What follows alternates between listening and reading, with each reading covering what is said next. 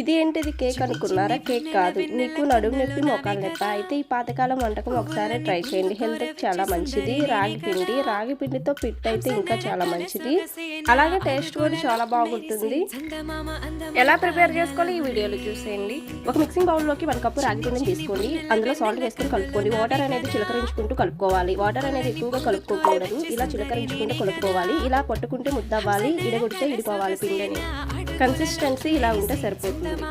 ఇప్పుడు ఒక ఇడ్లీ పాత్ర తీసుకొని అందులోకి వాటర్ పోసుకొని పైన ప్లేట్ పెట్టుకొని ప్లేట్ మీద క్లాత్ పెట్టుకొని క్లాత్లో ఈ పిండి అంతా అద్దుకొని ఇలా క్లాత్తో కవర్ చేసుకొని మూత పెట్టుకొని ఒక 12-15 మినిట్స్ కుక్ చేసుకోండి. నెక్స్ట్ ఇప్పుడు ఒక మిక్సీ జార్లోకి కొబ్బరి ముక్కలు, యాలకులు వేసుకొని గ్రైండ్ చేసుకొని తీసుకోండి. 50 మినిట్స్ అయినాక చెక్ చేసుకుంటే రాగి పిండి అనేది కుక్ అయిపోయి ఉంటుంది.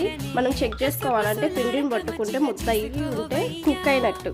పిండి చల్లారాక ఒక ప్లేట్లోకి ట్రాన్స్ఫర్ చేసుకోండి. అందులోకి బెల్లం పొడిని కలుపుకోండి. ఇప్పుడు 2 టేబుల్ స్పూన్ నెయ్యిని కూడా కలుపుకోండి. బెల్లము, నెయ్యి అనేది పిండిలోకి కలిసేలాగా కలుపుకోండి. మనం ముందుగా గ్రైండ్ చేసుకున్న యాలకులు, కొబ్బరి పొడిని కూడా వేసుకోండి. మొత్తం ఒకసారి కలిసే విధంగా కలుపుకోండి. బెల్లం అనేది మీకు స్వీట్నెస్ని బట్టి వేసుకోండి. ఫ్రై చేసుకున్న జీడిపప్పు ముక్కల్ని యాడ్ చేసుకోండి. తినేటప్పుడు రాగి పిట్ట అనేది అక్కడక్కడ జీడి ముక్కలు తగులుతూ చాలా బాగుంటుంది. మీకు ఇష్టం ఉంటే ఇలాగే తినండి, లేదా ఒక బౌల్లోకి కొబ్బరి తురుముని యాడ్ చేసుకొని ఇలాగ చేసుకుంటే లుక్ అనేది చూడడానికి చాలా బాగుంటుంది. ఫైనల్గా ఇలా జీడిపప్పుతో గార్నిష్ చేసుకోండి.